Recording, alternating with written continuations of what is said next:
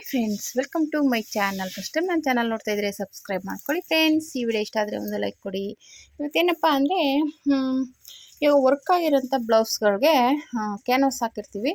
ಆ ಕ್ಯಾನ್ವಾಸ್ನ ಸಣ್ಣ ಸಣ್ಣ ಇದರಲ್ಲೂ ತೆಗಿಬೇಕು. ಇವಾಗ ಮಾಮೂಲಿ ಇದರಲ್ಲಾದರೆ ಹಾಗೆ ಬಿಟ್ಬಿಡ್ತಾರೆ. ಮಾಮೂಲಿ ಎಂಬ್ರಾಯ್ಡಿಂಗ್ ಮಾಡಿದ್ರೆ ಕೆಲವೊಂದು ತೆಗಿತಾರೆ, ಕೆಲವೊಂದು ತೆಗಿಯೋದೇ ಇಲ್ಲ. ಆದರೆ ಇದಕ್ಕಾಗಲ್ಲ. ಇದಕ್ಕೆ ಸ್ವಲ್ಪ ಇವಾಗ ಫ್ರೇಮ್ ಕರೆಕ್ಟಾಗಿ ಕುತ್ಕೋಬೇಕು ಅಂದರೆ ಸ್ವಲ್ಪ ಮಂದಕ್ಕೆ ಹಾಕಬೇಕಾಗುತ್ತೆ. ಅವಾಗೇನಾಗುತ್ತೆ, ನಾವು ಮಂದಕ್ಕೆ ಹಾಕಲಿಲ್ಲ ಅಂದರೆ ದಾರ ಕಟ್ಟಾಗೋದು, ಸಿಗಾಕೊಳ್ಳೋದು ಆ ಥರ ಎಲ್ಲ ಆಗುತ್ತೆ. ಹಾಗಾಗಿ ನಾವು ಅದಕ್ಕೆ ಕರೆಕ್ಟಾಗಿ ಕೂತ್ಕೊಳ್ಳೋ ಥರ ಹಾಕಬೇಕಾಗುತ್ತೆ. ಆಮೇಲೆ ತೆಳ್ಳಗಿರೋ ಬ್ಲೌಸ್ ಆದರೆ ಡ್ಯಾಮೇಜ್ ಆಗಿಬಿಡುತ್ತೆ ಅನ್ನೋ ಭಯಕ್ಕೆ ಕ್ಯಾನ್ವಾಸ್ನ ಸ್ವಲ್ಪ ಮಂದಕ್ಕೆ ಹಾಕಬೇಕು. ಅದು ಹಾಕಿದ್ಮೇಲೆ ತೆಗಿಯೋದೇ ಒಂದು ಕೆಲಸ, ದೊಡ್ಡ ಕೆಲಸ ಇರುತ್ತೆ ನೋಡಿ.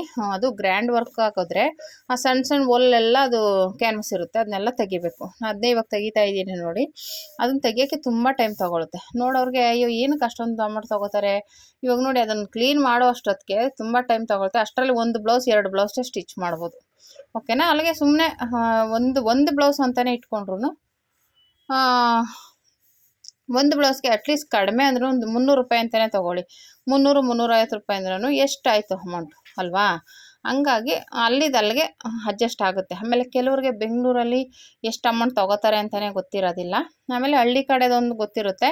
ಆದರೆ ಬೆಂಗಳೂರು ಕಡೆ, ಅದು ಸಿಟಿ ಕಡೆ ಬಂದಾಗ ಒಂದು ಸಲ ವಿಚಾರಿಸಿ. ಯಾವುದಾದ್ರೂ ಒಂದು ಟೈಲರ್ ಅಂಗಡಿಲಿ ಕೇಳಿ ನೋಡಿ, ಸುಮ್ಮನೆ ಕೇಳಿ ನೋಡಿ ಎಷ್ಟಾಗುತ್ತೆ. ಇಲ್ಲ ನಿಮ್ಗೆ ಯಾರಾದರೂ ಗೊತ್ತಿರೋರಿದ್ದರೆ ಬೆಂಗಳೂರಲ್ಲಿ ಅವ್ರಿಗೂ ಕೇಳಿ. ಸುಮ್ಮನೆ ಒಂದು ಮಾಮೂಲಿ ಸಿಂಪಲ್ ಅಂಗಡಿಗೆ ಹೋಗಿ ಕೇಳಿ, ಸ್ವಲ್ಪ ಚೆನ್ನಾಗಿರೋ ಅಂಗಡಿಲಿ ಹೋಗಿ ಕೇಳಿ. ಅಂದರೆ ಹೋಗಿ ಈ ಥರ ಹಾಕಬೇಕು ಹೊಸದಾಗಿ, ಎಷ್ಟು ರೇಟು ಏನು ಅಂತ ಕೇಳಿ. ಲೈನಿಂಗ್ ಬ್ಲೌಸ್ಗೆ ಎಷ್ಟು, ಪ್ಲೇನ್ ಬ್ಲೌಸ್ಗೆ ಎಷ್ಟು, ಕೇಳೋದಕ್ಕೆ ಏನು ತೊಂದರೆ ಇಲ್ಲ. ಈ ಥರ ನಾವು ಬೇರೆ ಕಡೆಯಿಂದ ಬಂದಿದ್ದೀವಿ, ಇವಾಗ ಹೊಲಿಸ್ಬೇಕು ಅಂತ ಅಂದ್ಬಿಟ್ಟು ಮಾಮೂಲಿ ಕ್ಯಾಶುವಲಾಗಿ ಕೇಳಲ್ವಾ. ಇವಾಗ ನಮ್ಮ ಹತ್ರ ಎಷ್ಟು ಜನ ಕೇಳ್ಕೊಂಡೋಗಿ ಎಲ್ಲರೂ ಬಂದು ಹೊಲಿಸ್ತಾರಾ? ಹಾಗೆ ರೇಟ್ಗಳು ಎಷ್ಟಿದೆ, ಏನಿದೆ ಅಂತ ಕೇಳ್ಕೊಂಡು ಹೋಗೋರು ತುಂಬ ಜನ ಇರ್ತಾರೆ. ಹಂಗೆ ನೀವು ವಿಚಾರಿಸಿ ನೋಡಿ, ನಿಮಗೆ ಗೊತ್ತಾಗುತ್ತೆ ಎಷ್ಟು ರೇಟ್ ಇದೆ ಅಂತ. ಓಕೆನಾ? ಕೆಲವ್ರು ಹೇಳ್ಬೋದು.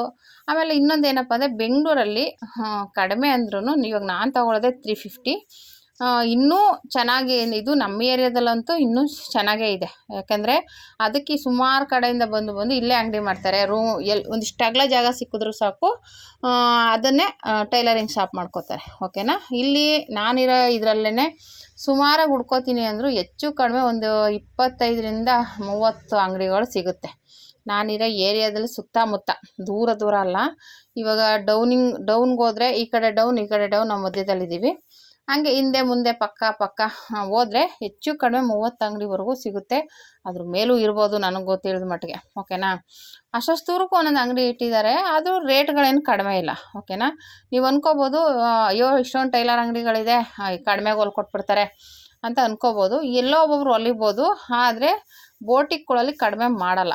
ಅವ್ರದ್ದು ಏನು ಪ್ರೈಸ್ ಇರುತ್ತೆ ಅದರಲ್ಲಿ ಒಂದು ಚೂರು ಕಡಿಮೆ ಮಾಡಲ್ಲ.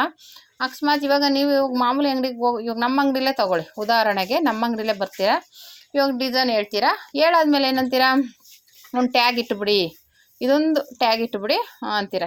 ಟ್ಯಾಗಿಗೆ ಎಕ್ಸ್ಟ್ರಾ ಚಾರ್ಜ್ ಹಾಕಲ್ಲ ನಾವು. ಆಯಿತು ಓಕೆ ಅಂತೀವಿ. ಆದರೆ ಅಲ್ಲಿ ನೀವು ಒಂದು ಬೋಟಿಕಲ್ಲಿ ಹೋಗಿ ಒಂದು ಎಕ್ಸ್ಟ್ರಾ ಟ್ಯಾಗ್ ಹೇಳಿ, ಟ್ಯಾಗ್ ಇಡಬೇಕು ಮೇಡಮ್ ಅಂದರೆ ಅದು ಎಕ್ಸ್ಟ್ರಾ ಚಾರ್ಜ್ ಹಾಕ್ತಾರೆ. ಓಕೆನಾ? ಮತ್ತು ಅದಾದಮೇಲೆ ಮೇಡಮ್ ಸ್ಲೀವ್ಸು ಆಫ್ ಇದೆ, ಅದು ಉದ್ದ ಇಟ್ಬಿಡಿ ಅಂತೇಳಿ. ಉದ್ದ ಸ್ಲೀವ್ಸು ಅಂದರೆ ಎಕ್ಸ್ಟ್ರಾ ಲೈನಿಂಗು, ಎಕ್ಸ್ಟ್ರಾ ಖರ್ಚು, ಎಕ್ಸ್ಟ್ರಾ ಸ್ಟಿಚಿಂಗ್ ಕೆಲಸ ಅಂದ್ಬಿಟ್ಟು ಅದಕ್ಕೊಂದು 100 ರೂಪಾಯಿ ಎಕ್ಸ್ಟ್ರಾ ಹಾಕ್ತಾರೆ. ಹಾಗೆ ನೀವು ಒಂದೊಂದು ಏನಾದರೂ ಡಿಮ್ಯಾಂಡ್ ಮಾಡ್ತಾ ಹೋದಂಗೆ ಅವರು ಒಂದೊಂದು. ಆಮೇಲೆ ಉದ್ದ ಸ್ಲೀವ್ಸ್ಗೆ ಬೇರೆ ಚಾರ್ಜ್ ಇರುತ್ತೆ, ಆಫ್ ಸ್ಲೀವ್ಸ್ಗೆ ಬೇರೆ ಚಾರ್ಜ್ ಇರುತ್ತೆ, ಬೋಟ್ ನೆಕ್ಗೆ ಬೇರೆ ಚಾರ್ಜು. ಆ ಥರ ಒಂದೊಂದಕ್ಕೂ ಇವಾಗ ನೀವು ಪೈಪಿಂಗ್ ಕೊಡಬೇಕು ಅಂದರೆ ಎಕ್ಸ್ಟ್ರಾ ಚಾರ್ಜು. ಒಂದು ಸ್ವಲ್ಪ ಡಿಸೈನ್ ಈ ಥರ ಇದ್ದಿದ್ದು ಹಿಂಗೆ ಸ್ವಲ್ಪ ಚೇಂಜ್ ಮಾಡಿಬಿಡಿ ಅಂದರೆ ಅದಕ್ಕೂ ಎಕ್ಸ್ಟ್ರಾ ಚಾರ್ಜು. ಆ ಥರ ಇದೆ ಬೋಟಿಕ್ಗಳಲ್ಲಿ. ಒಂದೊಂದು ಡಿಸೈನ್ ನೀವು ಚೇಂಜ್ ಮಾಡಿದಷ್ಟು ಚಾರ್ಜ್ ಮಾಡ್ತಾರೆ, ಅಮೌಂಟನ್ನ ಜಾಸ್ತಿ ಮಾಡ್ತಾರೆ. ಓಕೆನಾ? ಹಂಗಾಗಿ ಅಂದರೆ ಆ ಥರ ರೇಟ್ಗಳು ಇರುತ್ತೆ. ಯಾಕೆಂದರೆ ರೆಂಟ್ಗಳು ಅದೇ ಥರ ಇರುತ್ತೆ ಬೆಂಗಳೂರಲ್ಲಿ. ನೀವು ಹೆಂಗೆ ತೊಗೋತೀರಾ ಹಂಗೇ ರೆಂಟ್ಗಳು ಇರುತ್ತೆ. ಓಕೆನಾ? ಸುಮ್ಮನೆ ತೊಗೊಳಲ್ಲ. ಇವಾಗ ಬಾಡಿಗೆನೂ ಹಾಗೆ ಇರುತ್ತೆ. ಆಮೇಲೆ ಕರೆಂಟ್ ಬಿಲ್ಲು ಅಂಗಡಿ ಅಂದಮೇಲೆ ಜಾಸ್ತಿನೇ ಬರುತ್ತೆ. ಹಂಗಾಗಿ ಕರೆಂಟ್ ಬಿಲ್ಲು, ಬಾಡಿಗೆ ಎಲ್ಲ, ಆಮೇಲೆ ಸ್ವಲ್ಪ ಗಿರಾಕಿಗಳು ಜಾಸ್ತಿ ಆದರೆ ಬಾಡಿಗೆ ಜಾಸ್ತಿ ಮಾಡಿಬಿಡ್ತಾರೆ. ಹಾಗೆಲ್ಲ ಇರುತ್ತೆ. ಹಂಗಾಗಿ ಏನೂ ಮಾಡೋಕ್ಕಾಗಲ್ಲ. ಓಕೆನಾ? ಆದರೆ ಹಳ್ಳಿ ಕಡೆ ಬಾಡಿಗೆ ಕಡಿಮೆ ಇರುತ್ತೆ, ಆಮೇಲೆ ಕಸ್ಟಮರ್ಸ್ ಕಡಿಮೆ ಇರ್ತಾರೆ. ಹಂಗಾಗಿ ಏನು ಮಾಡ್ತಾರೆ, ಅಯ್ಯೋ ಸ್ವಲ್ಪ ಕಡಿಮೆನೇ ತೊಗೊಳ್ಳೋಣ, ಇರಲಿ ಆದಷ್ಟಾಗಲಿ ಅನ್ನೋದು ರೀತಿ ಇರುತ್ತೆ. ಆದರೆ ಬೆಂಗಳೂರಲ್ಲಿ ಆಗಲ್ಲ. ಅದರಲ್ಲಿ 3 ಥರ ಕ್ಯಾಟಗರಿ ಬರುತ್ತೆ. ಓಕೆನಾ? ಬೆಂಗಳೂರಲ್ಲಿ ಬೋಟಿಕ್ಗಳಲ್ಲಿ ಜಾಸ್ತಿ ಪ್ರೈಸ್ ಮಾಡ್ತಾರೆ. ಓಕೆನಾ? ನೀವು ಈಗಿನ ಟ್ರೆಂಡಿಂಗ್ ನೋಡಿದ್ರೆ ಚೆನ್ನಾಗಿರೋ ಬೋಟಿಕ್ಗಳಲ್ಲಿ ಲೈನಿಂಗ್ ಬಂದುಬಿಟ್ಟು ಒಂದು 650 ಮಿನಿಮಮ್ ಇದ್ದೇ ಇರುತ್ತೆ, ಅದಕ್ಕಿಂತ ಜಾಸ್ತಿನೂ ಇದೆ. ಯಾಕೆಂದರೆ ನಾನು ಇಲ್ಲಿ ನಮ್ಮ ಪಕ್ಕದಲ್ಲಿ ಒಬ್ಬರು ಇಟ್ಟಿದ್ರು. ಅವರು ಅಂದರೆ ಅವ್ರು ಹೇಳಿಲ್ಲ, ಬೇರೆಯವರು ಅವ್ರ ರಿಲೇಷನ್ ಹೇಳಿದ್ದು. ಅವ್ರ ಲೈನಿಂಗ್ ಅಂಗಡಿ ಇಟ್ಟಿದ್ರು. ನಾನು 350 ತೊಗೋತೀನಿ ಅಂದಿದ್ದಕ್ಕೆ ಅವ್ರೇನು ಹೇಳಿದ್ರು ಅಂದರೆ, ಅವರು 750 ತೊಗೋತಾರೆ, ನೀವು ಅದಕ್ಕೆ ಅರ್ಧನೂ ತೊಗೋತಾ ಇಲ್ವಲ್ಲ, ಯಾಕೆ ಜಾಸ್ತಿ ತೊಗೊಳ್ಳಿ ಅಂತ ಹೇಳ್ತಾಯಿದ್ರು. ಆಗಿರುತ್ತೆ, ಓಕೆನಾ. ಅವ್ರು ಹೇಳಿದ್ರು ಅಂದ್ಬಿಟ್ಟು ನಾವು ತಗೊಳಕ್ಕಾಗಲ್ಲ. ಯಾಕೆ ನಮ್ಮ ಕಸ್ಟಮರ್ ನಮಗೆ ಏಕಾಏಕಿ ನಾವು ಜಾಸ್ತಿ ಮಾಡೋಕ್ಕಾಗಲ್ಲ. ನಾನು ಜಾಸ್ತಿ ಮಾಡ್ತೀನಿ, ವರ್ಷಕ್ಕೊಂದ್ಸಲ ಒಂದು 20-30 ಜಾಸ್ತಿ ಮಾಡ್ತಾ ಹೋಗ್ತೀನಿ. ಹಂಗಾಗಿ ಆ ಥರ ಇರುತ್ತೆ. ಒಂದು ಕ್ಯಾಟಗಿರಿ ಬಂದ್ಬಿಟ್ಟು 650ಇಂದ 750ವರೆಗೂ ಚಾರ್ಜ್ ಮಾಡ್ತಾರೆ, ಅದು ಹೈ ಲೆವೆಲ್ ಬೋಟಿಕ್, ಓಕೆನಾ. ಆಮೇಲೆ ಸೆಕೆಂಡ್ ಕ್ಯಾಟಗರಿ ಬಂದ್ಬಿಟ್ಟು ಸುಮಾರಾಗಿ ಇವಾಗ ನಮ್ಮ ಥರದವರು ಒಂದು ಮೀಡಿಯಮ್ ಆಗಿ ಇಟ್ಕೊಂಡಿರ್ತಾರೆ ಅಂಗಡಿನ. ಆಮೇಲೆ ಒಂಥರ ಮನೇಲಿ ಹೆಂಗೆ ಹೊಲಿತಾರೋ ಅದೇ ಥರನೇ ಸ್ವಲ್ಪ ಕಮ್ಮಿ ಮಾಡೋದು, ಆ ಥರ ಎಲ್ಲ ಇಟ್ಕೊಂಡಿರ್ತೀವಿ, ಓಕೆನಾ.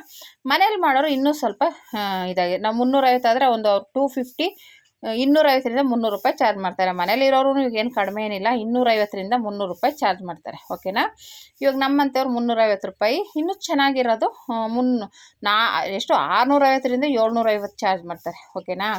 ಆ ಥರ ಎಲ್ಲ ಇರುತ್ತೆ. ಬೆಂಗಳೂರಲ್ಲಿ ಕೆಲವ್ರಿಗೆ ಗೊತ್ತಿರಲ್ಲ, ಅದು ಹೇಳೋಣ ಅಂತ ಹೇಳ್ತಾ ಇದ್ದೀನಿ ಅಷ್ಟೇ.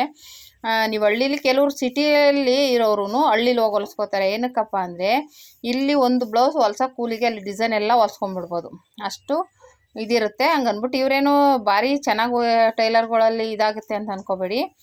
ಅವರು ಒಂದೇನಪ್ಪ ಅಂದರೆ ಅಲ್ಲಿ ಥರನೇ ಇವ್ರ ಹತ್ರನೂ ಕಂಪ್ಲೇಂಟ್ಗಳು ಬರುತ್ತೆ. ಯಾಕೆಂದರೆ ನಾನು ಒಂದಷ್ಟು ಅಂಗಡಿಲಿ ಕೆಲಸ ಮಾಡಿದ್ದೀನಿ. ಅಲ್ಲೂ ನಾನು ಅನ್ಕೋತಾ ಇದ್ದೆ, ಅಯ್ಯೋ ಇಂಥ ಅಂಗಡಿಗಳಲ್ಲಿ ಯಾರೂ ಕಂಪ್ಲೇಂಟ್ ಬರೋಲ್ಲ ಹಾಗೆ ಹೀಗೆ ಅಂತ. ಅಲ್ಲೂ ಬರೋದು ಮಾಮೂಲಿ ತೋಳು ಲೂಸ್ ಇದೆ, ಇಲ್ಲ ಟೈಟ್ ಇದೆ, ಆ ಥರ. ಅಂದರೆ ಅದರಲ್ಲಿ ಒಂದು ಏನಕ್ಕಪ್ಪ ಆ ಥರ ಆಗುತ್ತೆ ಅಂದರೆ, ಬೋಟಿಕ್ಗಳಲ್ಲಿ ಅವರು ಒಬ್ಬರೇ ಕಟ್ ಮಾಡಿ ಹೊಲಿಯಲ್ಲ, ಒಬ್ರು ಕಟ್ ಮಾಡಿಕೊಟ್ರೆ ಒಬ್ರು ಹೊಲಿತಾರೆ, ಓಕೆನಾ. ಹಂಗಾಗಿ ಏನಾಗುತ್ತೆ, ಕಟಿಂಗ್ ಬೇರೆಯವ್ರದ್ದಾಗಿರುತ್ತೆ, ಸ್ಟಿಚಿಂಗ್ ಬೇರೆಯವ್ರದ್ದಾಗಿರುತ್ತೆ. ಹಂಗಾಗಿ ಏನಾಗುತ್ತೆ, ಇವ್ರದ್ದು ಕಟ್ ಮಾಡಿ ಅಳತೆ ಬ್ಲೌಸ್ ಕೊಟ್ಬಿಡ್ತಾರೆ ಸ್ಟಿಚಿಂಗ್ಗೆ. ಅವ್ರು ಅಳತೆ ಬ್ಲೌಸ್ ನೋಡ್ಕೊಂಡು ಸ್ಟಿಚ್ ಮಾಡಬೇಕು. ಅದರಲ್ಲಿ ಒಂಚೂರು ಏರುಪೇರಾದ್ರೆ ಅವ್ರು ತಲೆ ಕೆಡಿಸ್ಕೊಳ್ಳಲ್ಲ. ಅಲ್ಲೇನು ಮೆಜರ್ಮೆಂಟ್ ಇದೆ ಹಾಗೆ ಹೊಲಿದು ಇಟ್ಬಿಡ್ತಾರೆ ಅಷ್ಟೇ. ಅದು ಹೆಚ್ಚು ಕಡಿಮೆ ಇದೆಯಾ ಏನು ಅವ್ರು ಚೆಕ್ ಮಾಡೋಕ್ಕೆ ಹೋಗಲ್ಲ. ಹಂಗಾಗಿ ಕೆಲವೊಂದು ಆ ಥರದ ಪ್ರಾಬ್ಲಮ್ಸು ಇರುತ್ತೆ. ಯಾಕೆಂದರೆ ಇಲ್ಲ ನಾವಂದರೆ ನಾವೇ ಕಟಿಂಗ್ ಮಾಡ್ತೀವಿ, ನಾವೇ ಸ್ಟಿಚಿಂಗ್ ಮಾಡ್ತೀವಿ. ಎಮ್ಮಿಂಗ್ ಹುಕ್ಸಿಗೆ ಮಾತ್ರ ಬೇರೆಯವ್ರಿಗೆ ಕೊಡ್ತೀವಿ, ಫಾಲ್ಸ್ಗೆಲ್ಲ, ಓಕೆನಾ. ಹಂಗಾಗಿ ನಮ್ಮದು ಒಂದೇ ಕೈಯಾಗಿರೋದನ್ನ ಸ್ವಲ್ಪ ನಾವು ನೋಡಿಕೊಂಡು ಏನು ಹೆಚ್ಚು ಕಡಿಮೆ ಇದೆ ಏನು ಎಲ್ಲ ಚೆಕ್ ಮಾಡ್ಕೋತೀವಿ. ಅವ್ರದ್ದೇನಿಲ್ಲ, ಅವ್ರು ಅಂದರೆ ಪೀಸ್ ವರ್ಕ್ ಮಾಡ್ತಾರೆ. ಇವಾಗ ಅವ್ರು ಕಟ್ ಮಾಡಿಕೊಡ್ತಾರೆ, ಅವ್ರು ಸ್ಟಿಚ್ ಮಾಡ್ತಾರೆ. ಹಾಗಾಗಿ ಆ ಥರ ಆಗೋ ಚಾನ್ಸ್ ಇರುತ್ತೆ. ಹಾಗಾಗಿ ಇವಾಗ ಬೆಂಗಳೂರಲ್ಲಿ ಏನು ರೇಟ್ ಇದೆ, ಮಾಮೂಲಿ ಕಡೆ ಏನು ರೇಟ್ ಇದೆ ಅನ್ನೋದು ಗೊತ್ತಿದ್ದವ್ರು ತಿಳ್ಕೊಳ್ಳಿ ಅಂತ ಈ ವಿಡಿಯೋ ಅಷ್ಟೇ. ಅದರಲ್ಲೇನು ಅಷ್ಟು ಇಷ್ಟು ಅಂತ ಏನಿಲ್ಲ. ಇವಾಗ ನಮ್ಮೂರ ಕಡೆನೇ 150 ರೂಪೀಸ್ ತೊಗೋತಾರೆ ಲೈನಿಂಗ್ ಬ್ಲೌಸ್ಗೆ. ಮಾಮೂಲಿ ಬ್ಲೌಸ್ಗೆ 50 ರೂಪಾಯಿ, ಲೈನಿಂಗ್ ಬ್ಲೌಸ್ಗೆ 150 ರೂಪಾಯಿ. ಲೈನಿಂಗ್ ಅವರೇ ತಂದ್ಕೊಂಡ್ರೆ ಬರೀ 100 ರೂಪಾಯಿ ಅಷ್ಟೇ.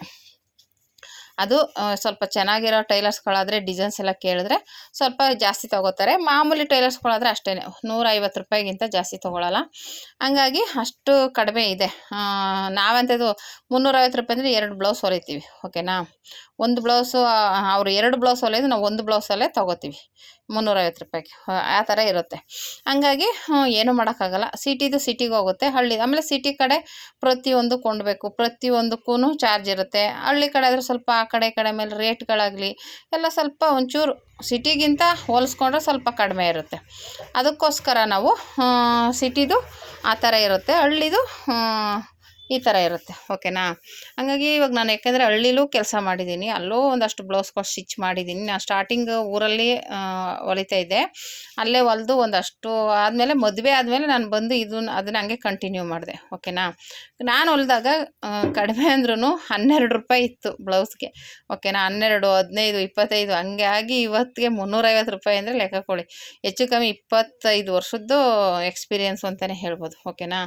ನಾನು ಅದು ಮಧ್ಯದಲ್ಲಿ ಒಂದಷ್ಟು ದಿನ ಇದು ಟೈಲರಿಂಗ್ ಶಾಪಲ್ಲಿ ಪೀಸ್ ವರ್ಕು ಮಾಡಿದ್ದೀನಿ. ಮಾಮೂಲಿ ಒಂದಷ್ಟು ಗಾರ್ಮೆಂಟ್ಸ್ಗಳಲ್ಲೂ ಕೆಲಸ ಮಾಡಿದ್ದೀನಿ. ಒಂದಷ್ಟು ದಿನ ಇದು ಸ್ಟಾರ್ಟಿಂಗು ಕೆಲಸ ಕಡಿಮೆ ಕೈ ಇದ್ದಾಗ ಸ್ವಲ್ಪ ಪೆಟಿಕೋಟು ಅಂದರೆ ಪೀಸ್ ವರ್ಕು ಎಲ್ಲ ಕಟ್ಟಿಂಗ್ ಕೊಡ್ತಾರೆ, ನಾವು ಸ್ಟಿಚ್ಚಿಂಗ್ ಮಾಡಿ ಕೊಡೋದು ಅವ್ರಿಗೆ. ಅದು ಪೀಸ್ಗೆ ಇಷ್ಟು ಅಂತ, ಅದಂತೂ ಹೇಳಿದ್ರೆ ನಗನೇ ಬರುತ್ತೆ. ಆವಾಗ ಬರೀ 2.5-3 ರೂಪಾಯಿ ಅಷ್ಟೇ. ಒಂದು ಪೆಟಿಕೋಟ್ ಸ್ಟಿಚ್ ಮಾಡೋಕ್ಕೆ ಕಟ್ಟಿಂಗ್ ಎಲ್ಲ ಅವರೇ ಕೊಡ್ತಿದ್ರು. 2.5 ರೂಪಾಯಿ 6 ಪೀಸು, 8 ಪೀಸ್ ಬಂದ್ಬಿಟ್ಟು 3 ರೂಪಾಯಿ ಇಷ್ಟೇ. ಅಯ್ಯಪ್ಪ, ಅದಂತೂ ಒಂದು ತಿಂಗಳು ಕೆಲಸ ಮಾಡಿ ಸಂಬಳ ತೊಗೊಂಬಿಟ್ಟು ಬಿಟ್ಬಿಟ್ಟೆ. ಅಂದರೆ ಆಮೇಲೆ ನನ್ನ ಮಗನ ಪ್ರೆಗ್ನೆಂಟ್ ಇದ್ದೆ, ಅವಾಗ ಆಗಲ್ಲ ಅಂದ್ಬಿಟ್ಟಿದ್ದೆ, ನಿಲ್ಲಿಸ್ಬಿಟ್ಟೆ. ಆಮೇಲೆ ಅವ್ರಿಗೆ ಜಾಸ್ತಿ ಕೆಲಸ ಇದ್ದಾಗ ನೈಟೆಲ್ಲ ಮಾಡಬೇಕಾಗುತ್ತೆ ಅಂತೆಲ್ಲ ಹೇಳ್ತಾಯಿದ್ರು. ಅಲ್ಲೂ ಒಂದಷ್ಟು ದಿನ ಕೆಲಸ ಮಾಡಿದ್ದೀನಿ, ಒಂದಷ್ಟು ದಿನ ಗಾರ್ಮೆಂಟ್ಸಲ್ಲಿ ಕೆಲಸ ಮಾಡಿದ್ದೀನಿ, ಒಂದಷ್ಟು ದಿನ ಈ ಥರದ್ದು ಕೆಲಸ ಮಾಡಿದ್ದೀನಿ, ಎಲ್ಲ ಥರದ್ರಲ್ಲೂ ಮಾಡಿದ್ದೀನಿ. ಓಕೆನಾ. ಹಂಗಾಗಿ ಸ್ವಲ್ಪ ನಮಗೆ ಈ ಟೈಲರಿಂಗಲ್ಲೇ ಬಿದ್ದು ಒದ್ದಾಡಿರೋದ್ರಿಂದ ಒಂದು ಸ್ವಲ್ಪ ಎಕ್ಸ್ಪೀರಿಯೆನ್ಸ್ ಇದೆ. ಹೇಳ್ದಂಗೆ ಟೈಲರ್ ಶಾಪ್ಗಳಲ್ಲೂ ಯಾವ ಥರ ಇರ್ತಾರೆ, ಹೆಂಗೆ ಸ್ಟಿಚ್ ಮಾಡ್ತಾರೆ ಅನ್ನೋದನ್ನು ನೋಡಿದ್ದೀವಿ. ಹಂಗಾಗಿ ಅದನ್ನೆಲ್ಲ ನೋಡಿ ಎಕ್ಸ್ಪೀರಿಯೆನ್ಸ್ ಮಾಡಿ ಕೊನೆಗೆ ನಮ್ಮ ಮನೇಲಿ ನಾವೇ ಮಾಡ್ಕೊಳ್ಳೋಣ, ಸುಮ್ಮನೆ ಅಲ್ಲಿ ಇಲ್ಲಿ ಹೋಗೋ ಬದಲು ಸುಮ್ಮನೆ ಇವಾಗ ಗಾರ್ಮೆಂಟ್ಸ್ಗೆ ಹೋದ್ರೂ ತುಂಬಾ ಟೈಮ್ ಇರುತ್ತೆ, ಹೋಗಿ ಟೈಮ್ ಪ್ರಕಾರ ಹೋಗಬೇಕು ಬರಬೇಕು. ಇವಾಗ ನಮ್ಮ ಮನೆಗಳಲ್ಲಾದ್ರೆ ಯಾರೂ ಕೇಳಲ್ಲ ನಮ್ಮನ್ನು. ನಾವು ಒಂದು ದಿನ ಬೇಗನೆ ಹೊಲಿದು ಕೊಟ್ಬಿಟ್ಟು ಹೋಗ್ಬೋದು, ಇಲ್ಲ ಲೇಟಾಗಿ ಹೊಲಿಬೋದು, ಏನು ಬೇಕಾದರೂ ಮಾಡ್ಬೋದು. ಓಕೆನಾ.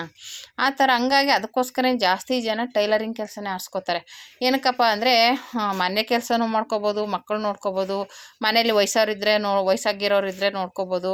ಆ ಥರ ಎಲ್ಲನೂ ನಿಭಾಯಿಸ್ಕೊಂಡು ಹೋಗ್ಬೋದು ಜವಾಬ್ದಾರಿಗಳನ್ನ ಅಂದ್ಬಿಟ್ಟು ಟೈಲರಿಂಗ್ನೇ ಆರಿಸ್ಕೊಳ್ಳೋದು. ಓಕೆನಾ. ಈ ರೀತಿ ನನ್ನ ಒಂದು ಜರ್ನಿಯಲ್ಲಿ ಆಗಿರುವಂಥದ್ದು.